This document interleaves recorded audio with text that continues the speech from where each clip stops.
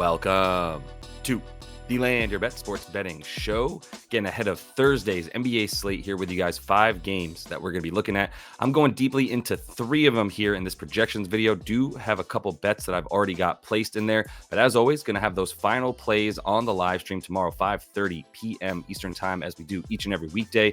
On the weekends, we get it going at 2:30 p.m. Eastern. So tune in this Saturday and Sunday. I don't think there's any games on Saturday, but did have a pretty good night on Wednesday. Still went about 4-2. Ended up about 1.2 units. So we'll go through the whole record and everything on the live stream tomorrow. Once all these games are completely finalized and I get the final card to you, I'm also going to be showing you a little bit of what we do on the live stream here. Going to be going through some of the tools that I use and sharing my screen to show you exactly how I found these bets and what I'm looking at for tomorrow so you can get ready for that slate. So let's jump right into it.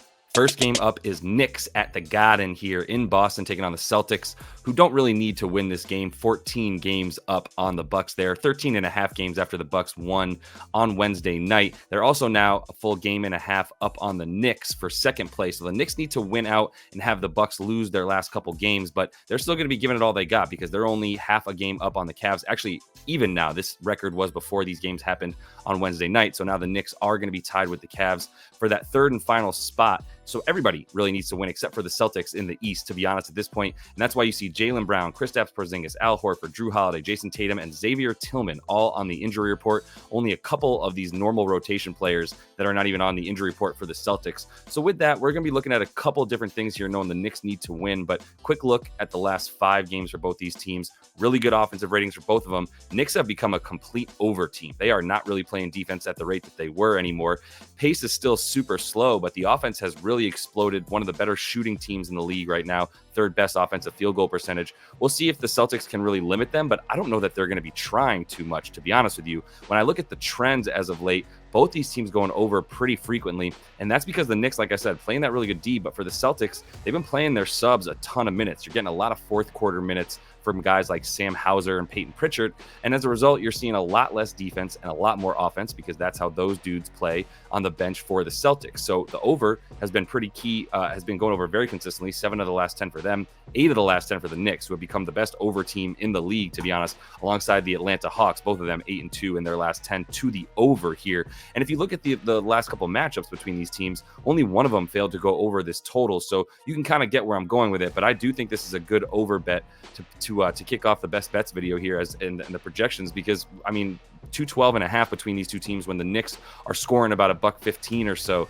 in their last 10 games, really revving it up on offense, like I said, and giving up a good amount on defense, going over this total a pretty good amount over their last 10 as well. So the 1.5 points at their dogs is also a pretty good bet. I'm leaning to the over strongly. Have that final bet for you guys on the stream tomorrow, though. Next game on the slate we've got here, the Pellies are in Sacramento taking on the Kangs, plus 1.5 dogs on the road here and a 218.5 total. And as much as the Knicks have been going over, this Kings team and really the Pellies have been a straight under as of late. Still got Brandon Marshall out there and obviously Huerter and Kevin Monk out for the season right now for the Kangs. If you look at the last 5 for these teams, really good defensive rating for the Kings. Pelly's been playing a bit better on offense, but they also have played a pretty bad schedule, to be honest, and haven't really brought it on defense against teams like the Spurs that we've seen recently and the Rockets, etc. So they've been a lot more offensive minded, but still playing at a very slow pace. And as we've talked about now a couple times for this Kings team, they are a walking under, man. It's crazy. They've got the most unders in the last 10 games themselves in the league and playing at like 22nd pace, right? And even when they played at home, where normally they score a ton more points, they're scoring 2 more points at home than they are on the road over their last 10 games. But in reality, they're still playing incredibly slowly, playing some really good teams, and only scoring about 108 points per game over their last 5 home games. So not much to be scared of with an under between these two teams. Like I was saying, if you do look at the trends as of late, 2-8 to the over for this Kings team, 1-4 in their last 5. So going under very, very consistently. And the Pellies, for the most part, especially when they play a team that does play at a slower pace, which is what the Kings are doing right now, they've gone under pretty consistently as well. So that is my first bet here for this game. And I do have another one, a player prop that I'm bringing up. But the under is my favorite play here. I bet that at a full unit. This is not a lean. This is already on the card for me, under in this game at 218.5. And I think we'll get some good value on this, as I do expect it to go down a bit once people see the recent numbers for both these teams. So for this player prop, I want to show you exactly how I found what I found for the bet that I'm making here for the prop that I've got for this game. So I'm on the NBA Advanced Stats page, and I want to look at what it is that this Kings team does not do well on defense. So I'm going to teams play type, and I'm changing this to the type of play of spot up here. And this is some stuff that I've been looking at and perusing. So I found something that definitely matches up with a good prop for this game. If you look at the spot up play type here and you change offensive to defensive, you can see how well teams defend spot up shooters. For the Kings, if you look at the amount of possessions that they are giving, that they find themselves facing a guy taking a spot up shot 30 times per game with a really high frequency at about 27% of the time that's happening on their defensive possessions. Points per possession is PPP, and you can see they're in the bottom 6 or so here, which means they are giving up the 4th most points to spot up shooters. And finding these types of things can be really helpful, especially when you see who's doing that well on the other team on offense. So I'm going to change teams to players. I'm going to go back to play type, and I'm going to see who on offense for this Pelly's team is shooting the most spot up shots and who might be doing the best there, who's the most successful.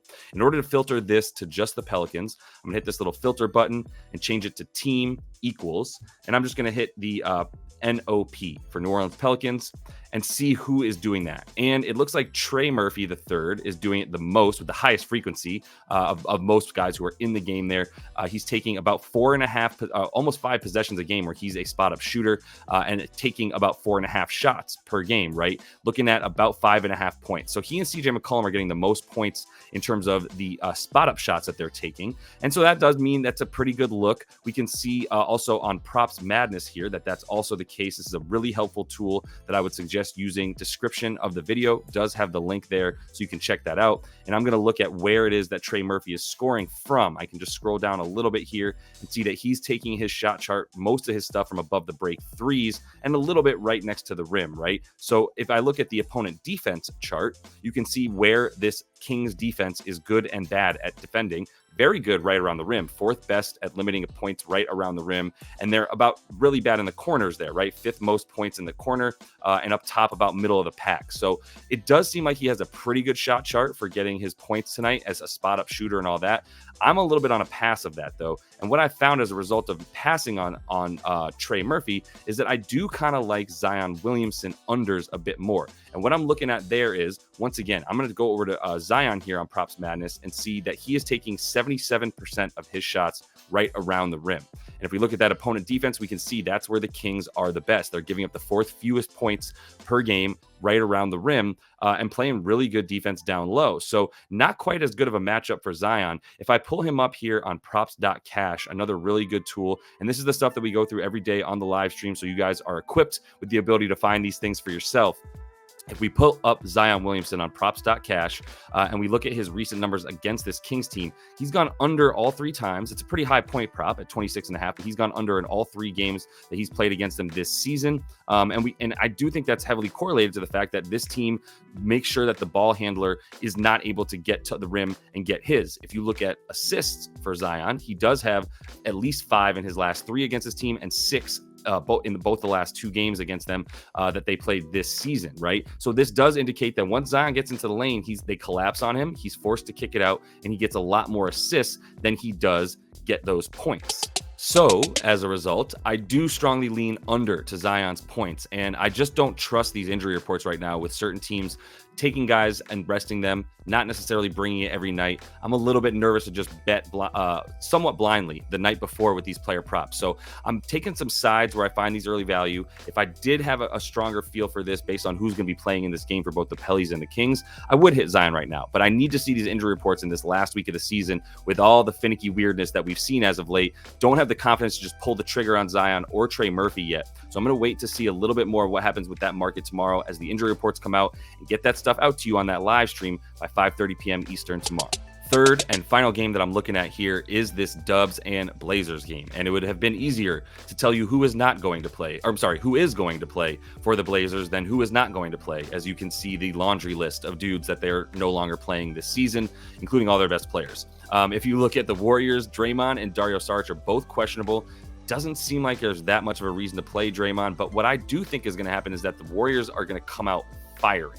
early and often. So with that in mind, you look at that offensive rating for them in the last 5, way better than the Blazers, 5th best, as they've definitely picked it up on offense in their last 5 games, playing some good teams, playing some fast-paced teams for sure, up to 6th fastest in pace. And they have played the 9th strongest strength of schedule over these last 5. So they're playing some good teams as the 2nd best rebounding team, only to Portland, who has played really bad competition and dominating, and also Jabari Walker have both been dominating the glass for this team, which is why they have the best rebound percentage in the league.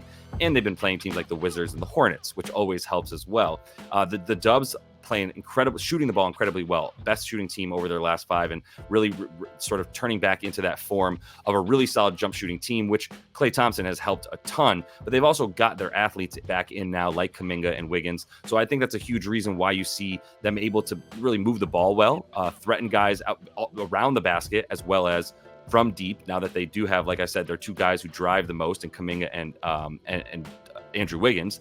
So we should feel good about them being able to score on this Blazers team, whereas the Blazers are going to have a ton of trouble scoring on the Dubs. They have been so awful on offense as really, it's really just Scoot and Ayton trying to figure things out for themselves here with really just a 2-man game. So I really don't like that for them, but I don't trust the Dubs to necessarily bring it for the whole game. So I'm taking the Dubs first half -6.5. I know Steve Kerr would love to sit Steph and Klay and Draymond as much as he can in this game and leave it up to the young guns like Podziemski and Kuminga, Moses Moody, and those guys. We don't have a first half line yet up as I'm recording this, so I can't give it to you. I'm hoping that it's at about 6.5 because the spread is at about 14.5. So if we can get this at about 6.5, I think that's a great play here for them to win the first half, as I think they'll be going all out to try to make sure that they can sit their dudes in the second half, which is what we've seen from a lot of these teams down the stretch as they play these teams that aren't playing their starters anymore. And that is all the time that I have for you guys in this one. Going to get that Discord going this week. Also got that live stream up 5:30 p.m. Eastern on Thursday, as we do each and every weekday, 2:30 p.m. on the weekends. Make sure you guys come by, bring those bets, jump in the comments. We go over this stuff together, and I kind of show you exactly what I did here while I was sharing my screen, showing you why I like the Zion under bet and potentially a Trey Murphy or even CJ McCollum over, which I'll finalize with you guys on that live stream on Thursday. So best of luck, safe gambling as always, and until I see you next, happy betting.